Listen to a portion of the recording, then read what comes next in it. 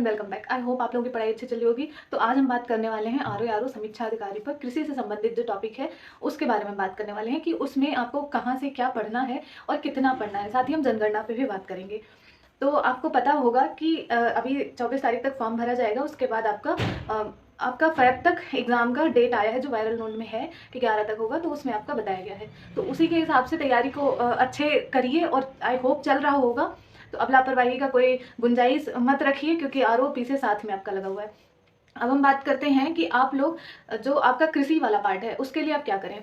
उसमें आप ये करें कि उसके लिए आप एक कृषि की किताब आती है परीक्षावाड़ी की, वो बिल्कुल भी मत लेना। आपको पीएचडी नहीं करना है तो वो बिल्कुल भी मत लेना, वो देख के बोर हो जाओगे, तो वो मत लेना। अब आप क्या करो कि प्रीवियस ईयर पेपर में जो कृषि पूछे गए हैं कृषि वाले सवाल उसको सॉल्व करो। ठीक है, तो आपको एक पैटर्न पता चल जाएगा कि कैसे सवाल आते हैं, किस टाइप के आते हैं और कहाँ से आते हैं।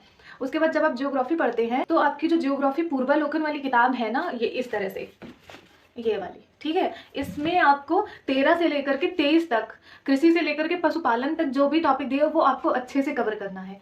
ठीक है, ये आपका कृषि वाला ही पार्ट है, यही पार्ट वहां पूछा जाता है। तो इसका मतलब ये है कि अगर ज्योग्राफी अच्छे से समझ लिया, पढ़ लिया, तो आपका कृषि भी अच्छे से हो जाएगा। और आप देखेंगे कि ये इधर से ही उठाए जाते हैं, मतलब कि जो यहाँ पूछे गए हैं सवाल या यहाँ जो टॉपिक है यही टॉपिक से उधर सवाल पूछे जाते हैं कृषि में। ठीक है, अब आप बोलेंगे कि जो डाटा वगैरह है वो कैसे, उसके लिए आप क्या करें कि जैसे कि पशु जनगणना हुआ या फिर मतलब कि जो न्यू डाटा है, जैसे इसमें दिया होगा आपके पास पूर्वालोकन पुरानी होंगी, तो थोड़ा सा अपने डाटा को अपडेट कर लेना और आपकी चीज़ें ना सेम मिलेंगी। और जो यहाँ से टॉपिक या आपका छूट जाए, ठीक है, वो आप क्या करें कि आप जो है आप जैसे आरओ का प्रीवियस ईयर आपके पास होगा, ठीक है, तो आप वहां से कृषि वाला पार्ट लगा सकते हैं। कृषि के लिए एक्स्ट्रा कहीं से पढ़ने की जरूरत नहीं है। जो आपका 3-4 नंबर आता है, मैक्सिमम 3-4 आता है, तो उसके लिए आप वहीं से कर लेना, हो जाता है आराम से। आप 2-3 तो कर ही लेंगे। उसके बाद जनगणना की बात करते हैं। जो आपका जनगणना वाला पार्ट है उसके लिए मैंने पहले भी वीडियो में बताया हुआ था, पूरा सिलेबस को डिटेल में मैंने बात किया था। आज भी मैं बता रही हूँ कि आप उसके लिए कहीं से ये नहीं कि घबरा जाओ किसी का भी पीडीएफ उठा गए, क्योंकि वो जनगणना है, वो एक प्रकार का डाटा है। ठीक है, तो आप उसके लिए क्या करो कि यूट्यूब पर डालो और किसी भी सर का, मतलब कि किसी का भी आ जाए, क्योंकि उनके पढ़ाने का लहजा, उनके पढ़ाने की शैली अलग हो सकती है, लेकिन उनका डाटा चेंज नहीं हो सकता।